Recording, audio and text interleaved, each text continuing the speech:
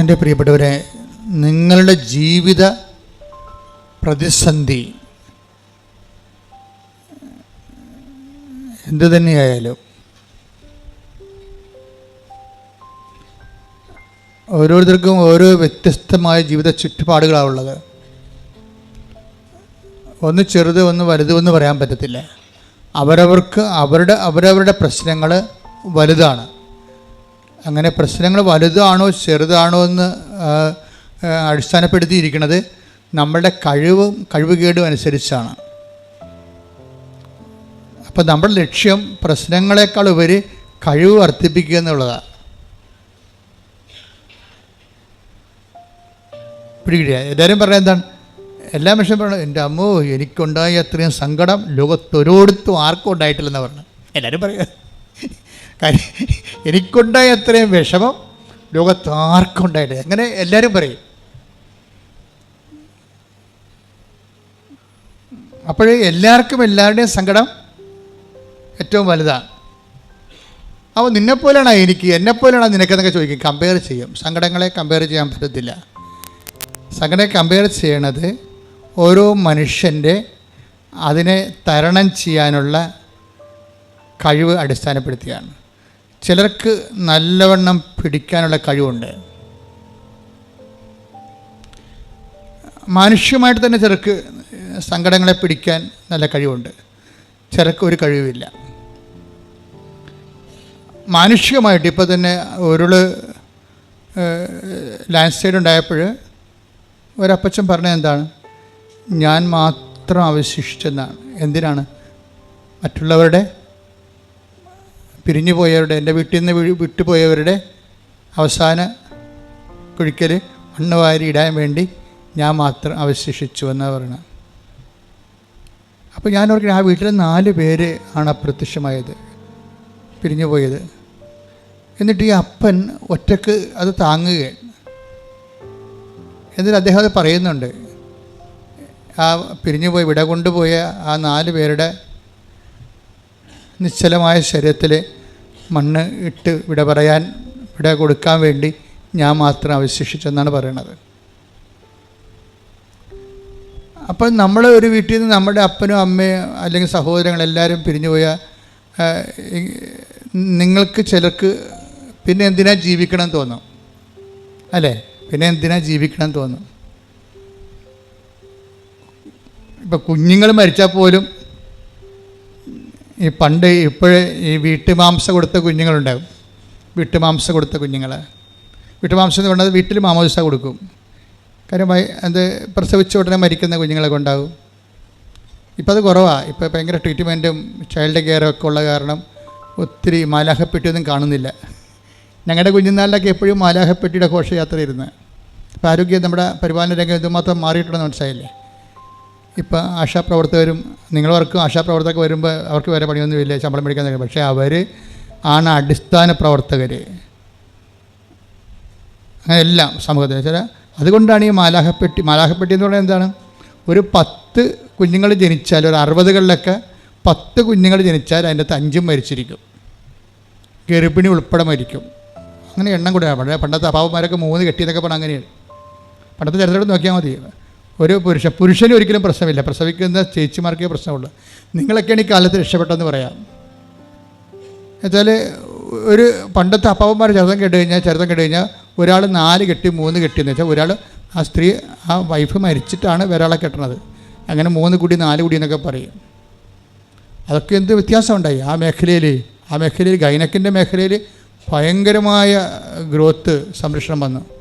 ആ medical setup, അവിടെ പ്രവർത്തിക്കുന്നവർ, നഴ്സുമാർ, ഡോക്ടർമാർ, അവരെല്ലാവരെയും സമർപ്പിച്ചുകൊണ്ട് ശ്രദ്ധിക്കട്ടെ. ഹല്ലേലൂയ, ഹല്ലേലൂയ, ഹല്ലേലൂയ, ഹല്ലേലൂയ. യേശുവേ നന്ദി, ഹല്ലേലൂയ, ഹല്ലേലൂയ. എല്ലാ സംവിധാനങ്ങളെയും യേശുവിനെ സമർപ്പിച്ചു പ്രാർത്ഥിക്കുന്നു. പരിശുദ്ധ പരമ ദിവ്യകാരുണ്യത്തിന് ആരാധനയും സ്തുതിയും പുകഴ്ചയും ഉണ്ടായിരിക്കട്ടെ. ഇപ്പം ഞാൻ ഈ പെട്ടെന്ന് മരിച്ചിട്ടുള്ള പ്രസവിച്ച് മരിച്ച കുഞ്ഞുങ്ങളുടെ കുറേ പിണവെടുത്തിട്ടുണ്ട് ആദ്യകാലങ്ങളിൽ. ഇപ്പം കുറവാണെന്നേ ഉള്ളൂ ആദ്യകാലങ്ങളിൽ. അപ്പോൾ ആരും ആ വീട്ടിൽ നിലവിളിക്കത്തില്ല. ആ വീട്ടിലാരും നിലവിളിക്കത്തില്ല. അച്ഛൻ കളർ ഉടുപ്പൊക്കെ ഇട്ടാണ് പോണത്, വെള്ള ഉടുപ്പ്. അല്ലാതെ പ്രായമുള്ളവർ മരിക്കുമ്പോൾ ഞങ്ങൾ വയലറ്റ് ഉടുപ്പിട്ടാണ് പോകുന്നത്. കുഞ്ഞുങ്ങൾ മരിക്കുമ്പോൾ നല്ല പളവള തിളങ്ങുന്ന ദൈവദൂതന്മാരുടെ പോലെയുള്ള ഉടുപ്പിട്ടാണ് പോണത്.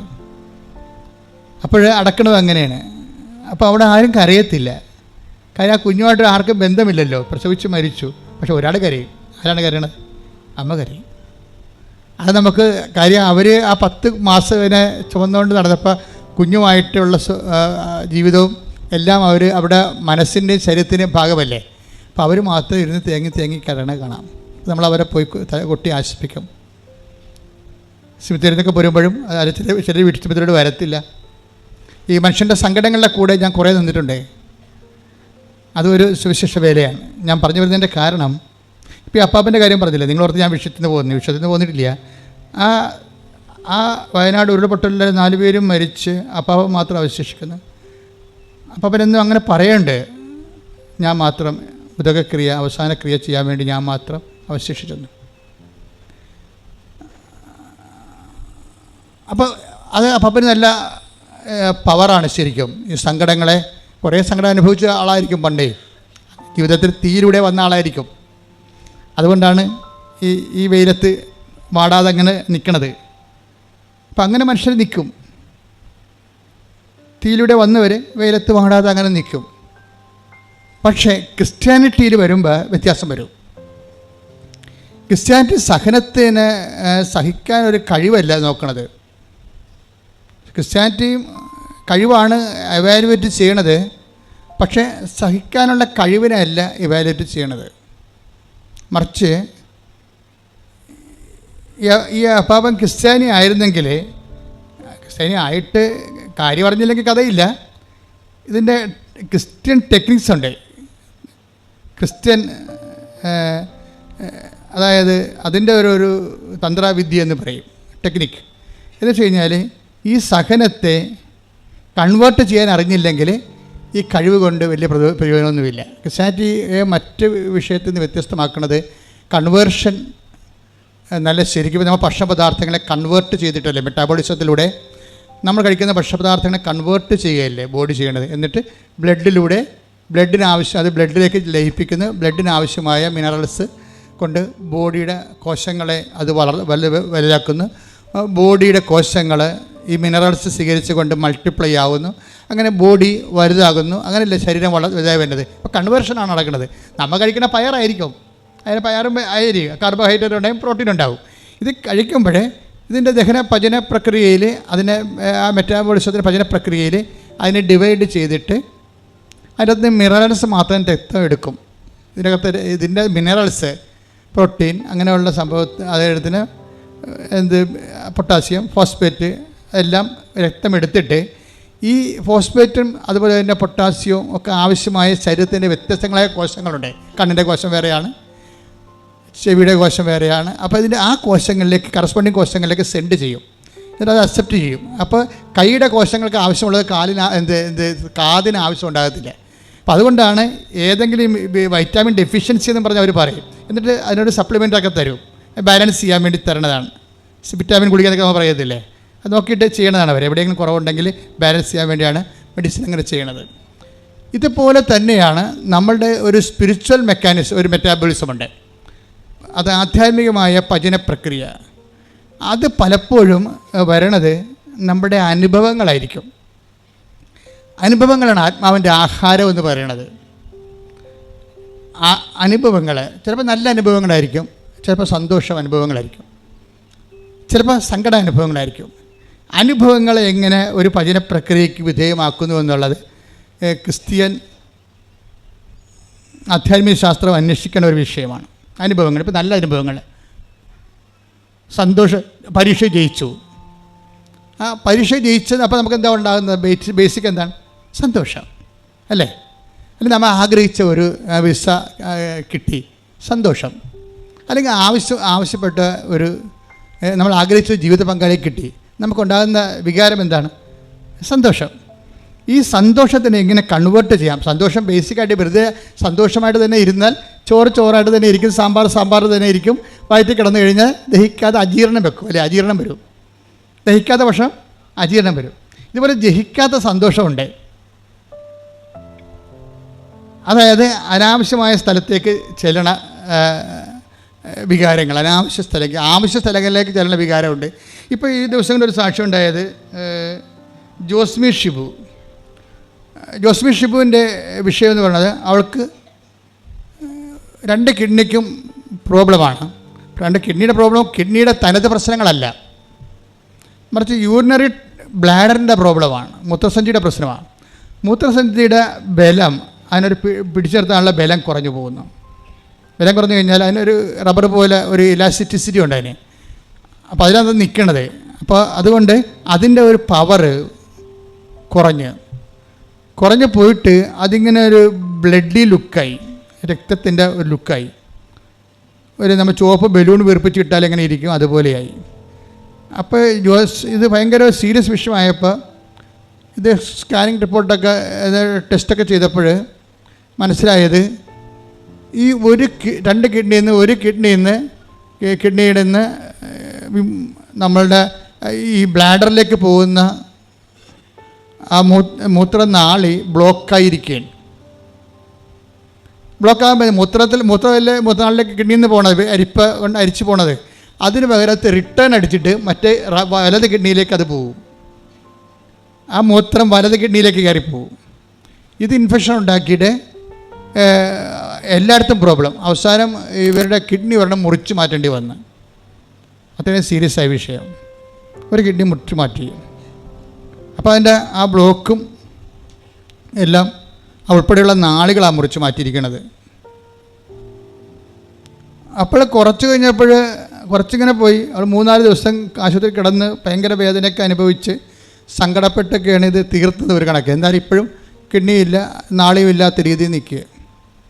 ആ അവസ്ഥയിൽ ജോസ്മി പിന്നൊക്കെ ചെയ്യണത് പിന്നെയും പഴയതുപോലുള്ള ചെറിയ ബുദ്ധിമുട്ടൊക്കെ തുടങ്ങിയപ്പോൾ ഡോക്ടറെ ചെന്ന് കണ്ടപ്പോൾ ഡോക്ടർ പറഞ്ഞ് മൂത്രനാളി ഇപ്പോഴും പഴയതുപോലെ തന്നെ ഇരിക്കുകയാണ്, ബ്ലാഡർ മൂത്രനാളില്ല, മൂത്രസഞ്ചി ഇപ്പോഴും പഴയ അവസ്ഥ തന്നെയാണ്. അതിന് ഇനി ചെയ്യാനുണ്ടെങ്കിൽ കുടൽ മുറിക്കണം. കുടലിനെ മുറിച്ച് അതിൻ്റെ ഭാഗങ്ങൾ എടുത്തിട്ട് മൂത്രസഞ്ചിയിൽ തുന്നി പിടിപ്പിച്ചിട്ട് അതിൻ്റെ ഒരു ഓപ്പറേഷൻ, അത് മേജർ ഓപ്പറേഷനാണ്, കുറേ സമയമെടുക്കുമെന്നൊക്കെ പറഞ്ഞ്. അത് ഭയങ്കര പാടാണ്. കാര്യം ഇപ്പോൾ മറ്റേ മൂത്രനാളിക്കും ബ്ലോക്ക് വരാൻ തുടങ്ങിയിട്ടുണ്ട് എന്നൊക്കെ പറഞ്ഞപ്പോൾ ഇവർ ആകപ്പാടെ ജീവിതം ഒരു വല്ലാത്തൊരവസ്ഥയിലേക്ക് പോവുകയാണ് ഈ സംഭവം. അപ്പോൾ ഇത്രയും മൂർധന്യത്തിലായപ്പോൾ അടുത്ത കിഡ്നിയും കൂടി നഷ്ടപ്പെടുമെന്ന് ജോസ്മിക്ക് തോന്നിയപ്പോൾ അപ്പോഴാണ് അവർ ഉടമ്പടിയെക്കുറിച്ച് കേൾക്കണത്. നിങ്ങൾക്കറിയാമല്ലോ, ഉടമ്പടിയെ ഒരു മനുഷ്യൻ്റെ ജീവിതം ഇപ്പോൾ 2 ഈ ലോകചരിത്രം പോലെ ഇരിക്കുകയാണ്. ഇപ്പോൾ ലോകചരിത്രം യേശുക്രിസ്തുവിന് നമ്മൾ കർത്താവിന് AD BC എന്നൊക്കെ പറയത്തില്ലേ, ബിഫോർ ക്രൈസ്റ്റ്, അന്നോ ഡൊമിനി എന്നൊക്കെ പറയും. അത് കർത്താവിൻ്റെ വർഷവും കർത്താവിന് മുമ്പുള്ളതും. ചിലരുടെ ജീവിതചരിത്രം നോക്കാനാണെങ്കിൽ അവർ ഉടമ്പടിയെക്കുറിച്ച് കേൾക്കണതിന് മുമ്പ് കേട്ടതിന് ശേഷവും വ്യത്യാസമുണ്ട്. അതാണ് വിഷയം. അത്രയും ഉടമ്പടി ഒരു ഡിസിസീവ് പോയിൻ്റ് ആകുന്നുണ്ട്. ഉടമ്പടി ചിലരുടെ ജീവിതത്തിൽ അവിടെ സാക്ഷ്യം വെക്കുക മനസ്സിലാവും. ഉടമ്പടി എൻ്റെ ജീവിതം ഉടമ്പടിക്ക് മുമ്പും ഉടമ്പടിക്ക് ശേഷവും. നിങ്ങൾ തന്നെ നിങ്ങളുടെ ജീവിതം ഒന്ന് പരിശോധിച്ചാൽ മനസ്സിലാവും. നിങ്ങളത് ഐഡൻറ്റിഫൈ ചെയ്ത് അതിനൊന്ന് മനസ്സിലാക്കാൻ വേണ്ടി ഒന്ന് ചാർട്ട് ചെയ്ത് കഴിഞ്ഞാൽ മനസ്സിലാകും എൻ്റെ ജീവിതം ഉടമ്പടിക്ക് മുമ്പും ഉടമ്പടിക്ക് ശേഷവും. 2ആയിട്ട് തിരിക്കാം. ഈ സാക്ഷ്യം പറഞ്ഞ പലരുടെ ആൾക്കാരുടെയും ജീവിതത്തെ ഇങ്ങനെ 2ആയിട്ട് തിരിക്കാൻ പറ്റും. എന്താണ്? ഉടമ്പടിക്ക് മുമ്പും ഉടമ്പടിക്ക് ശേഷവും. ഇപ്പോൾ ജോസ്മി ഇപ്പം നോക്കിയേ, ലിവിങ് ഓൺ ദി എഡ്ജാണ്. അവസാനത്തെ അറ്റത്ത് നിൽക്കുക, അടുത്ത കിഡ്നിയും പോകുന്ന കണ്ടീഷനിൽ. അല്ലെങ്കിൽ പിന്നെ കുടൽ മുറിച്ചിട്ട് അതിൻ്റെ കഷ്ണം എടുത്തിട്ട് രണ്ടാമത് മൂത്രസഞ്ചി നിർമ്മിക്കണം. ഓഹോ, ഭയങ്കരമാണത് ശരിക്കും പറഞ്ഞാൽ. നിങ്ങൾ ഓരോ അവയവങ്ങളൊക്കെ ഉള്ളപ്പോഴേ നിങ്ങളതൊക്കെ വയറേലും നെഞ്ചിലൊക്കെ തൊട്ട് ദൈവത്തോട് നന്ദി പറയണം. ആരോഗ്യമായിരിക്കുമ്പോൾ അതിനത് കേടാകാൻ വേണ്ടി നന്ദി പറയാൻ പ്രാർത്ഥിക്കാൻ കാത്തിരിക്കരുത്. ആധ്യാത്മികത എന്ന് പറഞ്ഞ ഒരു നിലപാടാണ്. നിങ്ങളുടെ ഓരോ വിഷയത്തെക്കുറിച്ചുള്ള ദൈവത്തിൻ്റെ മുമ്പിലുള്ള നിങ്ങളുടെ കാഴ്ചപ്പാടുകളുടെ ആകത്തുകയ്ക്കാണ് ആധ്യാത്മികത എന്ന് പറയുന്നത്. അപ്പോൾ നല്ലപ്പം ഇരിക്കുമ്പോൾ തന്നെ നിങ്ങളിതെല്ലാം സമർപ്പിക്കണം. കണ്ണിന് കാഴ്ച കാണാമല്ലോ, സമർപ്പിക്കണം. ഇപ്പോൾ ഇന്നലെ ഞാനൊരു കുഞ്ഞിനെ പ്രാർത്ഥിച്ചത് 2 കണ്ണിൻ്റെയും കാഴ്ച മങ്ങിക്കൊണ്ടിരിക്കുകയാണ്. ഞാൻ കുഞ്ഞിനെ നോക്കിയപ്പോൾ കുഞ്ഞിനൊരു 6 വയസ്സേ ഉള്ളൂ. 6 വയസ്സായപ്പോൾ തന്നെ 2 കണ്ണുകളുടെയും കാഴ്ചകൾ മങ്ങാൻ തുടങ്ങി. എനിക്ക് ശരിക്കും പറഞ്ഞാൽ സങ്കടം തോന്നി. ശരിക്കും പറഞ്ഞു, ഞാൻ പറഞ്ഞ കർത്താവേ, അത് ജീവിക്കാൻ തുടങ്ങിയതേ ഉള്ളൂ. ഈ കാഴ്ച 2 ഓപ്ഷനാണ് ഞാൻ കർത്താവിനെ കൊടുത്തത്. ഒന്നുകിൽ മാതാവിൻ്റെ പ്രത്യക്ഷീകരണം ഓർത്തുകൊണ്ട് നീ ഈ കുഞ്ഞിനെ ഈ സ്റ്റാറ്റസിൽ കീപ്പ് ചെയ്യണം, അല്ലെങ്കിൽ ഇതിനെ പൂർണ്ണമായി കാഴ്ച കൊടുക്കണം. നമ്മളെപ്പോഴും നമ്മൾ ശ്രദ്ധിക്കേണ്ടത് നമ്മുടെ സാധാരണ പ്രാർത്ഥനകളും ഉടമ്പടി പ്രാർത്ഥനയും തമ്മിൽ ഒത്തിരി വ്യത്യാസമുണ്ട്. ഇന്നലെ ഒരു സർക്കാരിൻ്റെ ഒരു ഹൈ ഓഫീസർ ഇവിടെ വന്നിട്ടുണ്ടായിരുന്നു. അവരൊരു പുതിയ ഓഫീസ് എടുക്കാൻ പോകുന്നു, സർക്കാർ അവർക്ക് കൊടുക്കാൻ പോകുന്നു, അതിനുവേണ്ടി പ്രാർത്ഥിക്കാൻ വേണ്ടി വന്നു. അപ്പോൾ ഞാൻ അവരോട് പ്രെയറിൻ്റെ എഫിക്കസിയെക്കുറിച്ച് ഭക്ഷണം കഴിക്കുന്ന സമയത്ത് പ്രാർത്ഥനയുടെ എഫിക്കസിയെക്കുറിച്ച് പറഞ്ഞു. കാര്യക്ഷമതയുള്ള പ്രാർത്ഥനയും കാര്യക്ഷമതയില്ലാത്ത ആൾക്കാർ വാരിക്കെട്ടിക്കോരി കുറേ പ്രാർത്ഥിക്കത്തില്ല, ഒരു കഥയുണ്ടാകത്തില്ല. പക്ഷേ കാര്യക്ഷമതയുള്ള പ്രാർത്ഥനയിൽ സംബന്ധിച്ചിടത്തോളം കണ്ടൻറ്റ് ഓഫ് ഗോഡ് കൂടുതലായിരിക്കും. അതെപ്പോഴും നിങ്ങൾ ബുദ്ധിപരമായിട്ട് പ്രാർത്ഥന ഒരു ഇൻ്റലക്ച്വൽ ബിസിനസ്സാണ്. Prayer is an intellectual business, അല്ലാതെ ഒരു ഇമോഷണൽ ബിസിനസ് അല്ലത്. ബിസിനസ് വെച്ചാൽ വിനിമയം. ഒരു പ്രാർത്ഥന ഒരു ബൗദ്ധിക വിനിമയമാണ്. ഈ പ്രാർത്ഥന നമ്മൾ ലോഞ്ച് ചെയ്യുമ്പോൾ തന്നെ നമുക്കറിയാൻ പറ്റും ഇത് ആ പ്രാർത്ഥന അതിൻ്റെ ലക്ഷ്യം കണ്ടെന്ന്. ചില പ്രാർത്ഥനയിൽ നമുക്കറിയത്തില്ലല്ലോ ഇത് ലക്ഷ്യം കാണോ ഇല്ലെന്ന്. കാര്യം അത് പ്രോഗ്രാംഡ് അല്ലാത്തത് കൊണ്ടാണ്. Prayer is not programmed prayer ഉണ്ട്, പ്രോഗ്രാംഡ് അല്ലാത്ത പ്രെയർ ഉണ്ട്. എപ്പോഴും പ്രെയർ ഒരു പ്രോഗ്രാംഡ് പ്രെയർ ആയിരിക്കണം. അതിനാണ് നിങ്ങൾ സുവിശേഷം പഠിക്കുന്നതിൻ്റെ കാരണം. എന്നുവെച്ചാൽ ഒരു സംഭവം, ഒരു പ്രാർത്ഥന നിങ്ങൾ ലോഞ്ച് ചെയ്യാൻ, അപ്പോൾ നിങ്ങൾ ആദ്യം എന്ത് ചെയ്യണം? അതിൻ്റെ അകത്ത് ദൈവത്തിൻ്റെ ഷെയർ ആദ്യമേ മാറ്റിയേക്കണം. പ്രീഡിയ ഒരു പ്രാർത്ഥന നിങ്ങൾ ലോഞ്ച് ചെയ്യുമ്പോൾ ആ പ്രാർത്ഥന ദൈവത്തിന് സ്വീകാര്യമാണെങ്കിൽ ആദ്യം ചെയ്യേണ്ട വിഷയം എന്താണെന്ന് അറിയാം? ബുദ്ധിപരമായിട്ട് ദൈവത്തിൻ്റെ ഷെയർ മാറ്റണം. അതിൻ്റെ അകത്ത് നിന്ന് അത് റിസർവ് ചെയ്യണം. ഈ നിങ്ങളുടെ പണ്ടാരം പിടിച്ച പ്രാർത്ഥനയ്ക്ക് മൊത്തം ഉള്ളത് നിങ്ങളുടെ ഷെയർ മാത്രമേ ഉള്ളൂ. ഇതാണ് പടത്തിനൊരു ട്രാജഡി ആകാൻ കാരണം. എൻ്റെ പേര് ടെസ്സി. ഞാൻ ചാലക്കുടിയിൽ താഴൂരിൽ നിന്ന് വരുന്നു. ഞാനിവിടെ ആദ്യമായിട്ട് ഉടമ്പടി എടുക്കാൻ വന്നത് 2019 മാർച്ച് മാസം 4-ാം തീയതിയാണ്. ഞാൻ കൃപാസനത്തിനെ കുറിച്ച് അറിഞ്ഞതും ഇവിടുത്തെ കാര്യങ്ങൾ മനസ്സിലാക്കിയത് എനിക്ക് ഒരു പത്രം കിട്ടിയിരുന്നു. എൻ്റെ വീടിൻ്റെ അടുത്തുള്ള ഒരു ചേച്ചി ഒരു കൃപാസന പത്രം തന്നിട്ടാണ് ഞാൻ അതിൽ നിന്ന് കൃപാസനത്തെക്കുറിച്ച് അറിഞ്ഞത്. അങ്ങനെ എനിക്ക് 4 കാര്യങ്ങളാണ് ഞാൻ ഈ ഉടമ്പടിയിൽ ഞാൻ വെച്ചിരുന്നത്. അതിൻ്റെ സാക്ഷ്യം പറയാനാണ് ഞാനിവിടെ നിൽക്കുന്നത്. ആദ്യമായി എനിക്ക് കിട്ടിയ സാക്ഷ്യം, എൻ്റെ സ്ഥലത്തിൻ്റെ ആധാരം എനിക്ക് നഷ്ടപ്പെട്ടിരുന്നു. 15 വർഷമായിട്ട് ആധാരം ഇല്ലാണ്ടിരുന്ന ഒരു സ്ഥലമായിരുന്നു ഞങ്ങളുടേത്. അതിനാൽ ഞങ്ങൾക്ക് ലോൺ എടുക്കാനോ മറ്റു കാര്യങ്ങൾക്കോ ഒന്നും സാധിക്കാതെ വളരെ ബുദ്ധിമുട്ടി. ഞങ്ങളാണ് ആദ്യമായിട്ട് ഞങ്ങളുടെ തറവാട് സ്ഥലം ഞങ്ങളുടെയാണ്. അതുകൊണ്ട് ഞങ്ങൾക്ക് അവകാശങ്ങളും തീർന്നു നടക്കാൻ ഭയങ്കര ബുദ്ധിമുട്ടായിരുന്നു. സഹോദരങ്ങളായിട്ട് തർക്കത്തിലായിരുന്നു. അവർക്ക് അവകാശം കൊടുക്കാത്ത കാരണം ഭയങ്കര പ്രശ്നങ്ങളായിരുന്നു. ഞങ്ങൾക്കാണെങ്കിൽ ലോൺ എടുക്കാനും പറ്റണില്ല. പോരാത്തതിന് ഞങ്ങളുടെ സ്ഥലത്തേക്ക് വഴിയുമില്ല. അങ്ങനെ ഭയങ്കര ബുദ്ധിമുട്ടില്ല ഞങ്ങൾ വിടുന്നു. അപ്പോൾ ഞാൻ ഈ പത്രിക വായിച്ചപ്പോൾ എനിക്ക് തോന്നി ഞാൻ കൃപാസനത്തിലൊന്ന് പോയി പ്രാർത്ഥിച്ചാൽ ചിലപ്പോൾ എനിക്ക് എൻ്റെ കാര്യങ്ങളൊക്കെ നടന്നു കിട്ടുമെന്നുള്ള വിശ്വാസത്തോടുകൂടി ഞാനിവിടെ വന്നു. ഇവിടെ വന്ന് ഉടമ്പടി എടുത്തു വെച്ചാൽ ആദ്യം വെച്ച നിയോഗമായിരുന്നു എൻ്റെ ആധാരം നഷ്ടപ്പെട്ട കാര്യം. ഞാനിവിടെ വന്ന് പ്രാർത്ഥിച്ച് എനിക്ക് ഉടമ്പടിയിൽ വെച്ചിരുന്ന ആദ്യത്തെ കാര്യമായിരുന്ന ആധാരത്തിൻ്റെ കാര്യം എനിക്ക് ശരിയാക്കി കിട്ടി. അതിന് ഞങ്ങൾ കീഴാധാരത്തിന് അപേക്ഷ വെച്ചു. കീഴാധാരം കിട്ടി. അതുവഴിയായിട്ട് ഞങ്ങൾക്ക് ആധാരം ശരിയാക്കാൻ വേണ്ടി സാധിച്ചു. അങ്ങനെ ഞങ്ങൾ ലോണിന് അപേക്ഷിച്ചപ്പോൾ അവരോട് പറഞ്ഞു, നിങ്ങൾക്ക് വഴിയില്ലാത്ത കാരണം ലോൺ കിട്ടാൻ ബുദ്ധിമുട്ടാണ്, ലോൺ തരാൻ പറ്റില്ല എന്ന് പറഞ്ഞു. അങ്ങനെ ഞങ്ങൾ വീണ്ടും വിഷമിച്ചു. ഞങ്ങൾക്ക് ലോൺ കിട്ടിയിട്ട് വേണം ഞങ്ങൾക്ക് അവകാശങ്ങൾ തീർക്കാനും ഞങ്ങളുടെ സഹോദരങ്ങളുമായിട്ട് രമ്യതയിൽ വരാൻ വേണ്ടിയിട്ടും. അങ്ങനെ ഞങ്ങൾ ലോണിന് അപേക്ഷിച്ചവർ കിട്ടില്ല എന്ന് പറഞ്ഞ് വിഷമിച്ച് വീണ്ടും ഞാൻ മാതാവിനോട് കൂടുതൽ പ്രാർത്ഥിച്ചു. അപ്പോൾ എൻ്റെ മനസ്സിലേക്ക് ഒരു വചനം വന്നു, കർത്താവായ യേശുവിൽ നീ വിശ്വസിച്ചാൽ നീ രക്ഷ പ്രാപിക്കുമെന്ന്. അങ്ങനെ ഞാൻ ദൈവത്തിൽ കൂടുതൽ ആശ്രയിക്കാൻ തുടങ്ങി. എന്നിൽ കുറച്ച് ദുശീലങ്ങളൊക്കെ ഉണ്ടായിരുന്നു, അതൊക്കെ ഞാൻ മാറ്റി. എനിക്ക് പെട്ടെന്ന് ദേഷ്യം വരുന്ന സ്വഭാവമായിരുന്നു, അത് ഞാൻ എടുത്ത് മാറ്റി. ആഴ്ചയിൽ ഒരു ദിവസം പള്ളിയിൽ പോകാൻ കുറേ വഴി ദൂരം നടക്കണം ഞങ്ങൾക്ക് പള്ളിയിലേക്ക്. അതിന് ഒരു ദിവസം പള്ളിയിൽ പോകാൻ പറ്റുള്ളൂ. അന്ന് ഞാൻ കുർബാന സ്വീകരിക്കും, മാസത്തിലേക്ക് കുമ്പസാരമൊക്കെ നടത്തി ദൈവമായി കൂടുതൽ അടുത്ത് കുറേ നേരം ബൈബിൾ വായിച്ചു. അങ്ങനെ കുറേ വ്യത്യാസങ്ങളൊക്കെ എന്നിൽ വളർത്തി കഴിഞ്ഞപ്പോൾ എനിക്ക് എൻ്റെ സൊസൈറ്റിയിൽ ഞാൻ ലോണിന് അപേക്ഷിച്ചത് അവർ പറയണേ ഇനി വിട്ടില്ല, നിങ്ങൾക്ക് സാധ്യതയില്ല എന്ന് പറഞ്ഞ ലോൺ സൊസൈറ്റിക്കാർ വീണ്ടും എന്നെ വിളിച്ചിരിക്കുകയാണ്. നിങ്ങൾ അപേക്ഷ വെച്ചോ, നിങ്ങളുടെ ലോൺ പാസ്സാക്കിയിട്ട് തരാം.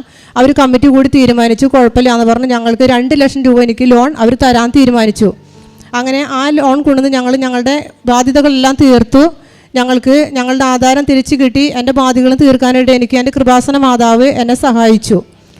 വീണ്ടും ഞാൻ എൻ്റെ മകൾക്ക് വേണ്ടിയാണ് രണ്ടാമതൊരു സാക്ഷ്യം വെച്ചിരുന്നത്. എൻ്റെ മകള് അവൾ +2 പഠിച്ച് കഴിയുമ്പോൾ അവൾക്ക് നല്ല മാർക്ക് കിട്ടാൻ വേണ്ടി പ്രാർത്ഥിച്ചു. അവൾക്ക് 95% മാർക്കോടി പാസ്സാവാൻ സാധിച്ചു. കൂടാതെ അവൾക്ക് ജർമ്മൻ ഭാഷ പഠിക്കണമെന്നാണ് ആഗ്രഹമായിരുന്നത്. അത് പഠിക്കാനായിട്ട് 5 ലക്ഷം രൂപ ഞങ്ങൾക്ക് ചിലവ് വരും. അപ്പോൾ അതിന് സാമ്പത്തിക സ്ഥിതി ഇല്ല. ആധാരം പണയം വെച്ചേക്കാണ് വീണ്ടും ലോൺ എടുക്കാൻ ഞങ്ങൾക്ക് സാധിക്കാത്ത കാരണം കൊണ്ട് ഞങ്ങൾ ലോൺ എടുക്കാൻ പറ്റാത്ത കാരണം ഞങ്ങൾ വിഷമിച്ചു. അങ്ങനെ ഞങ്ങൾ മാതാവിനോട് വീണ്ടും പ്രാർത്ഥിച്ചു. പ്രത്യക്ഷീകരണ പ്രാർത്ഥന മുടങ്ങാതെ എല്ലാ ദിവസവും രാവിലെ എഴുന്നേറ്റ് ഞാൻ ചെല്ലും. മാതാവിനോട് എല്ലാ ചൊവ്വാഴ്ചകളിലും ഞാൻ ഉപവാസം എടുക്കും, നൊയമ്പെടുത്തും ഉപവാസം എടുത്ത് പ്രാർത്ഥിച്ചു. അതിൻ്റെ ഫലമായിട്ട് മാതാവ് എനിക്ക് എൻ്റെ മകൾക്ക് പഠിക്കാനായിട്ട് ആലപ്പുഴയിൽ തന്നെ ഒരു സ്ഥലത്ത് എൻ്റെ മോൾക്ക് ജർമ്മൻ ഭാഷ പഠിക്കാനായിട്ട് സെലക്ഷൻ കിട്ടി. അവർ ഇൻ്റർവ്യൂ ഒക്കെ നടത്തി. അതിലൊരു മോൾ പാസ്സായി. അവളെ വിളിച്ച് പഠിക്കാനായിട്ട്. അങ്ങനെ ഞങ്ങളോട് 75,000 രൂപ ഡൊണേഷൻ കൊടുത്ത് ഞങ്ങളുടെ അഡ്മിഷൻ എടുക്കണമെന്ന് പറഞ്ഞു. 4 ലക്ഷം രൂപ വീണ്ടും ഞങ്ങളുടെ അടയ്ക്കണമെന്ന് പറഞ്ഞു പഠിച്ചു കഴിഞ്ഞ് കഴിയുമ്പോൾ. അപ്പം ഞങ്ങൾക്ക് ലോണിന് ബുദ്ധിമുട്ടായ കാരണം ഞങ്ങൾക്കത് നടക്കില്ല എന്ന് പറഞ്ഞവർ. ഞങ്ങൾ പറഞ്ഞു ഞങ്ങളിങ്ങനെ ആധാരമൊക്കെ ഞങ്ങളുടെ പണയത്തിലാണ്, ഞങ്ങൾക്ക് ലോൺ എടുക്കാൻ വേറെ വഴിയില്ല. അപ്പോൾ ഞങ്ങളുടെ കുട്ടിക്ക് പഠിക്കണമെന്ന് ആഗ്രഹം കൊണ്ട് എന്ത് ചെയ്യുന്നതാണ് പറഞ്ഞു. അത് ശരിയാവില്ല, ലോൺ എടുത്ത് പൈസ തരണം, അല്ലെങ്കിൽ ഞങ്ങൾ നിങ്ങളുടെ ആധാരം ഞങ്ങൾക്ക് തരണമെങ്കിൽ ഞങ്ങൾ ലോൺ തരാമെന്ന് പറഞ്ഞു.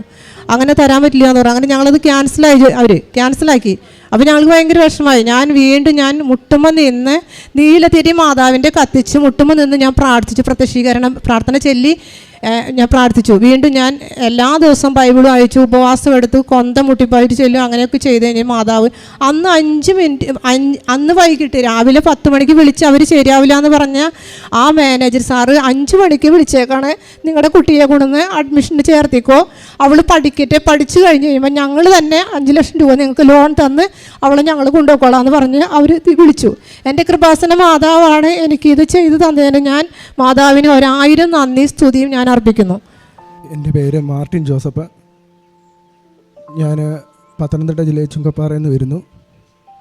ഞാൻ ഇവിടെ വന്ന് ഉടമ്പടി എടുക്കുന്നത് 2019 ഡിസംബർ 1-ാം തീയതിയാണ്. ഞാനിപ്പോൾ 6 പ്രാവശ്യം ഉടമ്പടി പുതുക്കി. മാതാവിൻ്റെ അനുഗ്രഹം കൊണ്ട് ഇത് 3-ാമത്തെ പ്രാവശ്യമാണ് ഇവിടെ ഇപ്പം സാക്ഷ്യം പറയുന്നത്. സ്റ്റേജിൽ വന്ന് ഞാൻ സാക്ഷ്യം പറയുന്നത് 2021 എനിക്ക് കോവിഡ് വന്നതിന് ശേഷം ഒരു ജോലി നഷ്ടപ്പെട്ടിരുന്നു. ഞാൻ മുമ്പ് പറഞ്ഞിരുന്നതാണ്. അപ്പോൾ അതിനുശേഷം എനിക്ക് ആ ജോലി തുടരാൻ പറ്റത്തില്ലായിരുന്നു. കാരണം എനിക്ക് യാത്ര ചെയ്യാനൊന്നും പാടില്ലായിരുന്നു.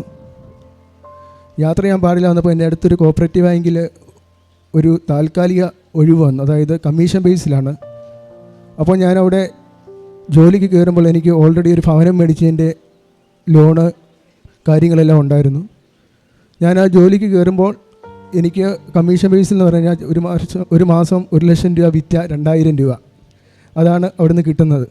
എനിക്ക് ഭാര്യയും 2 മക്കളുമുണ്ട്. അപ്പോൾ ഞാനവിടെ എനിക്ക് നിയമനം ഉടനെ ആകും എന്നുള്ള പ്രതീക്ഷകൾ മുന്നോട്ട് പോയിക്കൊണ്ടിരുന്നു. 3 മാസമായി, 6 മാസമായി, നിയമനമായില്ല. ഏകദേശം 2022 ഫെബ്രുവരിയിൽ ആദ്യം അവിടെ നിയമനത്തിന് വേണ്ടി ആപ്ലിക്കേഷൻ വിളിച്ചു. ഞാൻ ആപ്ലിക്കേഷൻ അവിടെ കൊടുത്തു. അവിടെ കൊടുത്തതിന് ശേഷം മാർച്ചായി, ഏപ്രിലായി, മെയ് ആയി, ഇൻ്റർവ്യൂ ബാക്കി നടപടിക്രമങ്ങളൊന്നും നടക്കുന്നില്ല. മെയ്യിൽ എനിക്ക് ഇൻ്റർവ്യൂവിന് കാർഡ് വന്നു. ജൂൺ 25-ാം തീയതി ഇൻ്റർവ്യൂ ആണെന്ന് പറഞ്ഞു. ഞാനിവിടെ വന്നു ജോസഫച്ചനെ കണ്ടിരുന്നു. പക്ഷേ ജൂൺ 23-ാം തീയതി അടുത്ത കാർഡ് വന്നിരിക്കുകയാണ്. ആ നിയമനം നിർത്തിവെച്ചുകൊണ്ടുള്ള ഓർഡർ വന്നു, ആ ഇൻ്റർവ്യൂ നടത്താൻ പാടില്ല എന്ന്. കാരണം ഓഗസ്റ്റ് മാസം വരെ ആ ബോർഡിന് അവിടെ ആ ബോർഡുള്ളൂ. ഈ ഓഗസ്റ്റ് മാസത്തിൽ തന്നെ അവിടെ ഇലക്ഷൻ പ്രഖ്യാപിക്കുകയും ചെയ്തു. ജൂൺ 25-ാം തീയതി ഇൻ്റർവ്യൂ നടക്കുമ്പോൾ 23-ാം തീയതി പറഞ്ഞിരിക്കുകയാണ് ആ നിയമനം നിർത്തിവെച്ചുകൊണ്ടുള്ള ഓർഡർ വന്നു. 25-ാം തീയതി വീണ്ടും പത്രത്തിൽ പരസ്യം വരികയാണ്, ആ നിയമനം വീണ്ടും ആദ്യം തൊട്ട് നടത്തണമെന്ന് പറഞ്ഞാൽ പ്രൊസീജിയറെല്ലാം 6 മാസം കൊണ്ട് നടക്കാത്ത പ്രൊസീജിയറാണ് 1 മാസം കൊണ്ട് നടക്കണം. അപ്പോൾ ഞാൻ വീണ്ടും ഇവിടെ വന്ന് പ്രാർത്ഥിച്ചു, മാതാവേ സമയത്തിൻ്റെ മേൽ നിനക്ക് അധികാരമുണ്ടെന്ന് ഞാൻ വിശ്വസിക്കുന്നു. ഞാനിവിടെ വന്ന് ഉടമ്പടി എടുത്ത് വെച്ച ഒരാവശ്യമാണ് എനിക്ക് ഒരു ജോലി, ഗവൺമെൻറ് ജോലി എന്നുള്ളത്. പക്ഷേ 6 മാസം കൊണ്ട് നടക്കാത്ത കാര്യം 1 മാസം കൊണ്ട് നടക്കുമെന്ന് എനിക്കറിയില്ല. പക്ഷേ ഞാൻ സമയമിട്ട് ഡേറ്റ് ഇട്ട് അവരെ പ്രാർത്ഥിച്ചു, എനിക്ക് 1 മാസത്തിൽ ചെയ്തു തരണമെന്ന് പറഞ്ഞു. ഏതായാലും മാതാവിൻ്റെ അനുഗ്രഹം കൊണ്ട് ജൂൺ 25-ാം തീയതി പുതിയ ആപ്ലിക്കേഷൻ പ്രകാരം ജൂലൈ വരെ പുതിയ ആളുകൾക്ക് ആപ്ലിക്കേഷൻ കൊടുക്കാൻ ഞാനും ആപ്ലിക്കേഷൻ കൊടുത്തു. കൃത്യം 1 മാസം ജൂലൈ 25-ാം തീയതി തന്നെ അവിടെ ഇൻ്റർവ്യൂ നടക്കുകയും ഇൻ്റർവ്യൂ നടക്കുമ്പോൾ എന്നോടൊപ്പം MCOM കഴിഞ്ഞ കോപ്പറേറ്റീവ് പാസ്സായ ആളുകളാണ് എന്നോടൊപ്പം ഇൻ്റർവ്യൂവിനിരിക്കുന്നത്. അപ്പോൾ എനിക്ക് അത്രയും വലിയ ക്വാളിഫിക്കേഷൻ ഒന്നുമില്ല. അപ്പോൾ എനിക്ക് കിട്ടുമോ ഇല്ലയോ എന്നുള്ള ഭയങ്കര പേടിയാണ്. കാരണം വെൽ എഡ്യൂക്കേറ്റഡായ ആളുകളാണ്. അതുമാത്രമല്ല, കോപ്പറേറ്റീവ് ബാങ്കിലൊക്കെ നിയമനങ്ങൾ നടക്കുമ്പോൾ സാമ്പത്തികം കൊടുത്ത് കയറാനൊക്കെ ഒരുപാട് ആളുകൾ ശ്രമിക്കും. അതിനുള്ള ശ്രമങ്ങൾ നടക്കുന്നത്. അപ്പോൾ എൻ്റെ സാമ്പത്തികം കൊടുക്കാനും മാർഗ്ഗമില്ല. അപ്പം എനിക്ക് ആ കാര്യത്തിൽ മെറിറ്റ് എന്ന് പറയാനായിട്ട് ഞാൻ നോക്കുമ്പോൾ ഒന്നുമില്ല. മാതാവ് അനുഗ്രഹിച്ചാൽ എനിക്കത് കിട്ടും, ഇല്ലെങ്കിൽ അത് നഷ്ടപ്പെടും. മാതാവിൻ്റെ അനുഗ്രഹം കൊണ്ട് ജൂലൈ 28 ഇൻ്റർവ്യൂ നടന്നു. ഓഗസ്റ്റ് 1 ഞാൻ ജോലി എനിക്ക് തന്നെ കിട്ടി. സെപ്റ്റംബർ 1 ആഴ്ച ശമ്പളവും കിട്ടി. അതുപോലെ തന്നെ ഞാൻ ഈ കോവിഡ് വന്ന് ഏപ്രിൽ ഇറങ്ങിക്കഴിഞ്ഞ് എനിക്ക് ഈ സ്ഥാപനത്തിൽ നിന്നും ജോലിയിൽ നിന്ന് ഇറങ്ങിക്കഴിഞ്ഞപ്പം 1 വർഷം, അതായത് 15 മാസത്തോളം എടുത്തു എനിക്ക് ഈ ജോലി സ്ഥിരമാകാൻ. 15 മാസം എടുക്കും എനിക്ക് ഈ ഭവനം മേടിച്ചതിൻ്റെ ലോണുണ്ട്. 7000 രൂപ എൻ്റെ മാസം അടയ്ക്കണം. 2 കുഞ്ഞുങ്ങളുണ്ടായി, 2 മക്കളുണ്ട്. അവരുടെ കാര്യം നോക്കണം, വീട്ടിലെ ചിലവ് നടക്കണം. ഞാൻ സെപ്പറേറ്റാണ് താമസിക്കുന്നത്. നിങ്ങൾക്കറിയാം, ഈ 1000 രൂപയോ 2000 രൂപ കിട്ടിയാൽ ഒരു വീട്ടിലെ ചിലവ് ലോണൊക്കെ അടയ്ക്കാൻ പറ്റും. എപ്പോൾ എനിക്ക് ജോലി സ്ഥിരമാകുന്നോ അപ്പം വരെ എൻ്റെ എല്ലാ കാര്യവും ക്രമീകരിക്കാമെന്ന് പറഞ്ഞ് ഞാൻ നിന്നിരുന്ന ആ കമ്പനി മുന്നോട്ട് വരുവേ. ഈ 15 മാസക്കാലം എൻ്റെ വീട്ടിലെ കാര്യങ്ങൾക്കും ലോൺ അടയ്ക്കാനും എല്ലാ സാമ്പത്തിക സഹായം ചെയ്തു തന്നു. അമ്മ മാതാവിൻ്റെ നാമത്തിൽ എല്ലാ കാര്യങ്ങളും അവർ ചെയ്തു തന്നു. ഈ 15 മാസവും എൻ്റെ വീട്ടിൽ ഞാൻ ശമ്പളത്തിൽ ജോലി ചെയ്ത് കിട്ടിയതിനേക്കാൾ ആനന്ദത്തോടെ എൻ്റെ എല്ലാ കാര്യങ്ങളും ക്രമീകരിച്ച് തന്നു. അതിനും അമ്മ മാതാവിന് പ്രത്യേകമായി നന്ദി ഞാൻ പറയുന്നു. അതിനോടൊപ്പം തന്നെ ഈ സമയത്ത് തന്നെയാണ് എൻ്റെ വൈഫ് 2ാമത് പ്രഗ്നൻസിയായി. ഈ ഒരു സാഹചര്യം സാമ്പത്തികമില്ലാത്ത പ്രശ്നങ്ങൾ, അതിൻ്റെ ഇടയ്ക്ക് വീട്ടിലെ കടങ്ങൾ, ഈ ജോലിയുടെ പ്രശ്നം നിൽക്കുമ്പോഴാണ്. അപ്പം ഡിസംബർ 31 വൈഫിൻ്റെ ഡേറ്റ് പറഞ്ഞത്. കഴിഞ്ഞ ഡിസംബർ നവംബർ ആയപ്പം വൈഫിനൊരു പ്രത്യേകിച്ച് പെട്ടെന്ന് രാത്രി ഭയങ്കര വേദന വന്നു. രാത്രി ബ്ലീഡിങ് ആയി. അടുത്തുള്ള ഹോസ്പിറ്റലിൽ കൊണ്ടുപോയി ഡോക്ടർ പറഞ്ഞു ഇത് പെട്ടെന്ന് ഓപ്പറേഷൻ ചെയ്തെടുക്കണം, എല്ലാ പ്രശ്നമാണ്. പിറ്റേന്ന് എൻ്റെ വീട്ടിൽ നാളെ വരുന്നതിന് മുമ്പേ കൊച്ചിനെ ഓപ്പറേഷൻ ചെയ്ത് നവംബർ 25 ഓപ്പറേഷൻ ചെയ്ത് കൊച്ചിനെ പുറത്തെടുത്തപ്പം കൊച്ചിന് അനക്കക്കുറവാണ്, മഞ്ഞപ്പാണ്, പെട്ടെന്ന് വേറെ എവിടെയെങ്കിലും ICUയിലേക്ക് മാറ്റണമെന്ന് പറഞ്ഞു. അപ്പം ഞാൻ പ്രാർത്ഥിച്ചു, മാതാവേ ഇപ്പം പ്രൈവറ്റിൽ നിന്ന് കൊണ്ട് എൻ്റെ അങ്ങനെ മാർഗ്ഗമില്ല, നീ തന്ന കുഞ്ഞാണെ നീ എനിക്ക് തരും. ഏതായാലും കുഞ്ഞിനെ മെഡിക്കൽ കോളേജിലാക്കി, യാതൊരു കുഴപ്പം കൂടാതെ. ആ ചെറിയ പ്രശ്നങ്ങളൊക്കെ ഉള്ളായിരുന്നു. 2 ദിവസം കഴിഞ്ഞപ്പം കുഞ്ഞ് യാതൊരു കുഴപ്പം കൂടാതെ എനിക്ക് ആ കുഞ്ഞിനെയും അമ്മ മാതാവ് നൽകി. അതുപോലെ തന്നെ ഞാൻ ഈ ഭവനം മേടിച്ച് ചേർത്ത് ഞങ്ങൾക്ക് വെള്ളത്തിന് ഭയങ്കര ബുദ്ധിമുട്ടായിരുന്നു. അപ്പം ഞങ്ങൾക്ക് ഈ മാർച്ച് മാസം കഴിയുമ്പോൾ തൊട്ട് ആ പ്രദേശങ്ങളിൽ വെള്ളമില്ല. അപ്പം ഞങ്ങൾ ഈ ചുറ്റളവിൽ ഒരു 10-15 പേരെങ്കിലും കുഴൽക്കിണർ അടിച്ചിട്ടുണ്ട്. ഞാൻ ഈ ഭവനം മേടിച്ച ചുറ്റളവിൽ. അപ്പോൾ അവർക്കൊന്നും വെള്ളമില്ല, കുഴൽക്കിണർ അടിച്ചവർക്ക് പോരും.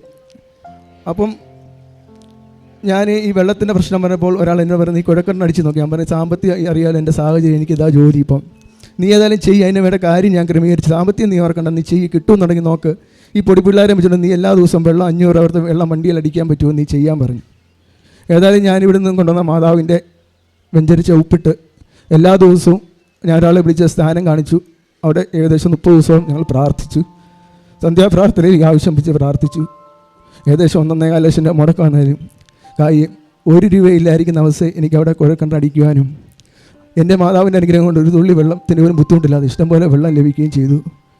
അതുപോലെ തന്നെ എൻ്റെ കുടുംബ വീട്, ഞാൻ താമസിക്കുന്ന ഭവനം ഒരു ജപ്തി നടപടിയിലേക്ക് വന്നിരുന്നു. അതിന് കുറേ വർഷങ്ങളായിട്ടുള്ള ലോണാണ്.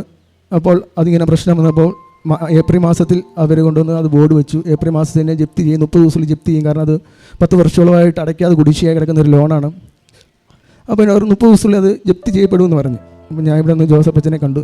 ഞാൻ പറഞ്ഞു, ജോസഫ് അച്ഛനെ ഞാൻ കണ്ടപ്പോൾ അച്ഛൻ പറഞ്ഞു, എന്നോട് ചോദിച്ചു എന്തെങ്കിലും വേറെ വിൽക്കാനുണ്ടോയെന്ന് ചോദിച്ചു. ഞാൻ പറഞ്ഞു, ആ കിടക്കുന്നതല്ലാതെ വേറൊന്നും വിൽക്കാനില്ല, വേറെ എന്തെങ്കിലും അടയ്ക്കാൻ വേറെ വല്ല മാർഗ്ഗം ഉണ്ടോയെന്ന് ചോദിച്ചു. ഞാൻ പറഞ്ഞു, പ്രത്യേകിച്ച് ഒരു മാർഗ്ഗവും ഇല്ല, ആരെങ്കിലും തന്നാൽ ജീവിക്കുന്ന അവസ്ഥയിലാണ് ഞാൻ പോകുന്നത്, എൻ്റെ അവസ്ഥ ഇതാന്ന് പറഞ്ഞു. അപ്പോൾ അച്ഛൻ പറഞ്ഞു, നീ വിഷമിക്കണ്ട, നീ മാതാവിനോട് പറ, മാതാവ് നോക്കിക്കോളും എന്ന് പറഞ്ഞ അച്ഛനൊരു കാശ് രൂപ വെഞ്ചരിച്ചിട്ട് തന്നു കിട്ടും. അത് ഏപ്രിലായി, മെയ് ആയി, ജൂണായി, ഇന്ന് വരെ അത് കഴിഞ്ഞാൽ ബാങ്കിൽ നിന്ന് വന്ന് യാതൊരു വിധത്തിലുള്ള പ്രശ്നം ഉണ്ടായിട്ടില്ല. ഞങ്ങൾ അടച്ചിട്ടുമില്ല, ഞങ്ങൾക്കൊരു ബുദ്ധിമുട്ടുണ്ടായിട്ടുമില്ല. ഇന്നും ആ വീട്ടിൽ തന്നെ ഞങ്ങൾ ജീവിക്കുന്നു. അങ്ങനെ പറയാനാണ് നിരവധിയായ അനുഗ്രഹങ്ങളാണ് അമ്മ കഴിഞ്ഞ ഒരു 3 കൊല്ലം കൊണ്ട് എൻ്റെ ജീവിതത്തിൽ നൽകിയിരിക്കുന്നത്. ഇതൊന്നും ഞാൻ വിശ്വസിക്കുന്നത് എൻ്റെ കഴിവോ എൻ്റെ മിടുക്കോ ഒന്നുമല്ല, മാതാവ് എന്നയ്ക്ക് വേണ്ടി മുന്നിൽ നിന്ന് പ്രവർത്തിച്ചുകൊണ്ട് മാത്രം നടന്ന കാര്യങ്ങളാണ്. അതിനോട് പ്രത്യേകമായിട്ട് അമ്മ മാതാവിനും തൃക്കുമാരൻ കോടാനുകൂടി നന്ദി. ഞാൻ സാക്ഷ്യം പറയാൻ താമസിച്ചതിന് ദൈവമാതാവിനോടും പരിശുദ്ധ ദൈവത്തോടും ദൈവമാതാവിനോടും ആദ്യമേ ക്ഷമ ചോദിക്കുന്നു. എൻ്റെ പേര് എൽസി. ഞാൻ പത്തനംതിട്ട ജില്ലയിൽ പരുമലയിൽ നിന്ന് വരുന്നു. ഞാൻ 2018 ഡിസംബർ 26 ഇവിടെ വന്ന് ഉടമ്പടി എടുത്തത്. ഞാൻ ഉടമ്പടിയിൽ വെച്ചായിരുന്നു ഒന്നാമത്തെ നിയോഗം എനിക്കൊരു ഭവനമില്ല എന്നുള്ളതായിരുന്നു. ഞാൻ 20 വർഷമായി ഭവനമില്ലാതെ വാടക വീട്ടിലായിരുന്നു താമസിച്ചു കൊണ്ടിരുന്നത്. ഞാൻ ഭവനം പണിയുന്നതിന് വേണ്ടി ബാങ്കുകൾ കയറി ഇറങ്ങി. 4 ബാങ്കിൽ കയറി ഇറങ്ങിയപ്പോഴും എനിക്ക് ആരും ലോൺ തന്നില്ല. കാരണം എന്താണെന്ന് വെച്ചാൽ ഞാൻ നിലം വാങ്ങിച്ച് അവിടെയാണ് ഭവനം പണിയുവാനായിട്ട് തുടങ്ങിയത്. അപ്പം ഞാൻ ആകെ നിരാശയോടെ വിഷമിച്ച് ഞാൻ പ്രാർത്ഥിച്ചു കൊണ്ടിരുന്നു. എന്താണ്, ഞാൻ അമ്മയുടെ അടുത്ത് വന്ന് ഉടമ്പടി എടുത്തതല്ലേ, എന്നെ അമ്മ സഹായിക്കുമെന്നുള്ളൊരു വിശ്വാസത്തോടെ ഞാൻ പ്രാർത്ഥിച്ചു കൊണ്ടിരുന്നു. കയ്യിൽ കുറേ പണം ഉണ്ടായിരുന്നു. അതും സ്വർണവും എല്ലാം വിറ്റ് പൈലടിച്ച് പില്ലർ വാർത്ത് ഞങ്ങൾ ഭിത്തി കെട്ടാൻ തുടങ്ങി. പിന്നെ യാതൊരു നിവൃത്തിയില്ലാതെ ഞാൻ വളരെയധികം വിഷമിച്ചു.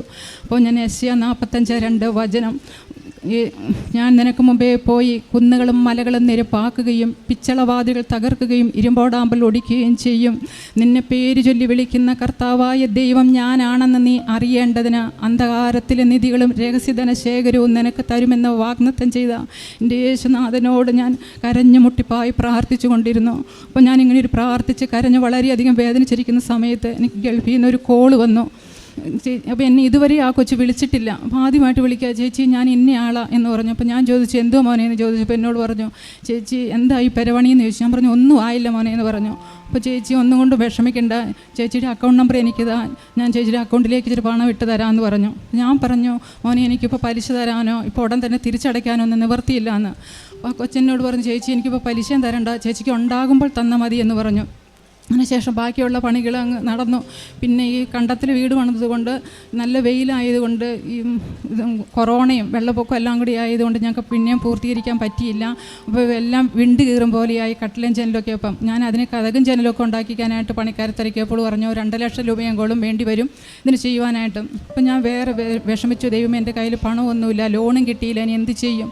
അങ്ങനെ ഇരുന്ന് ഞാൻ വിഷമിച്ച സമയത്ത് ഞാൻ എൻ്റെ മാതാവിനോട് പറഞ്ഞു, അമ്മേ യേശുവേ പിതാവ് ആശാരിപ്പണിയാണല്ലോ, അമ്മേ എൻ്റെ ഭവനത്തിന് കതകും ജനലും എല്ലാം പിടിപ്പിച്ച് തരണേ, എനിക്ക് 2 ലക്ഷം രൂപ കൊടുത്ത് ഉണ്ടാക്കുവാനൊന്നും എനിക്ക് ഒരു നിവൃത്തിയില്ല, അമ്മ എന്നെ സഹായിക്കണമെന്ന് പറഞ്ഞ് ഞാൻ മുട്ടിപ്പായി കരഞ്ഞ് പ്രാർത്ഥിച്ചുകൊണ്ട് ഞാനിങ്ങനെ ഇരുന്ന സമയത്ത് എൻ്റെ ചേച്ചി എന്നെ വിളിച്ചു. നീ എന്നടി കരയുമായിരുന്നു എന്ന് ചോദിച്ചു എൻ്റെ ചേച്ചി എന്നോട്. അപ്പം ഞാൻ പറഞ്ഞു, ചേച്ചി ഇങ്ങനെയൊക്കെയാണ് ജനലും കതക് പിടിപ്പിന് എത്ര രൂപ വേണമെന്ന് പറഞ്ഞത്, എൻ്റെ കയ്യിൽ ഒരു നിവൃത്തിയില്ല ചേച്ചി, ഞാൻ എന്തോ ചെയ്യേണ്ടതെന്ന് എനിക്കറിയില്ലെന്ന് പറഞ്ഞു. അപ്പോൾ ചേച്ചി പറഞ്ഞു, നീ ഒന്നും കൊണ്ട് വിഷമിക്കേണ്ട, ഞാൻ നോക്കട്ടെ, നമ്മുടെ ഇവിടെ അടുത്തൊരു ചേട്ടനുണ്ട്, ഞാൻ ആ ചേട്ടനോടൊന്ന് പറഞ്ഞു നോക്കട്ടെ എന്ന് പറഞ്ഞു. അപ്പോൾ ഞങ്ങൾക്കൊരു വേണ്ടപ്പെട്ട ചേട്ടൻ, അപ്പോൾ 150 കിലോമീറ്ററോളം അകലെയാണ് അവർ താമസിക്കുന്നത്.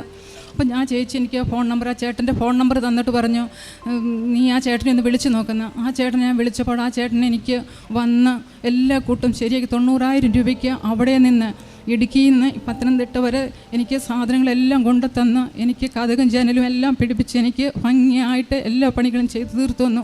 അങ്ങനെ ബാക്കിയുള്ള പണികളും പൂർത്തീകരിക്കാൻ ഞാൻ വിഷമിച്ചിരിക്കുമ്പോൾ 2004 ഓഗസ്റ്റ് 15 ഞാൻ എൻ്റെ ഹസ്ബൻഡിനെ എയർപോർട്ടിൽ കൊണ്ടുവന്ന് വിട്ട് തിരിച്ചു വരുന്ന വഴിയിൽ ആറ്റിങ്ങിൽ വെച്ച് ഞങ്ങൾക്ക് വലിയൊരു അപകടം ഉണ്ടായി. അപ്പം ഞങ്ങളിങ്ങനെ മാതാവിനോട് കൊന്ത ചെല്ലാനൊന്നും എനിക്കറിയില്ലെങ്കിലും ഞാൻ മാതാവിനോട് ഇങ്ങനെ കൃപ നിറഞ്ഞ മറിയമേ എന്നുള്ള പ്രാർത്ഥന ചൊല്ലിക്കൊണ്ടിരുന്ന സമയത്ത് ഞാൻ അങ്ങ് മയങ്ങിപ്പോയി. മയങ്ങിയ സമയത്ത് ഞങ്ങളുടെ വണ്ടി ഒരു പോസ്റ്റ് ചെന്നിടിച്ച് പോസ്റ്റ് വട്ടം മുറിഞ്ഞ് തീയൊക്കെ കത്തി ഞങ്ങളുടെ വണ്ടി അങ്ങ് മറിഞ്ഞ് 150 അടി താഴ്ചയിലേക്ക് മറിഞ്ഞു പോയി.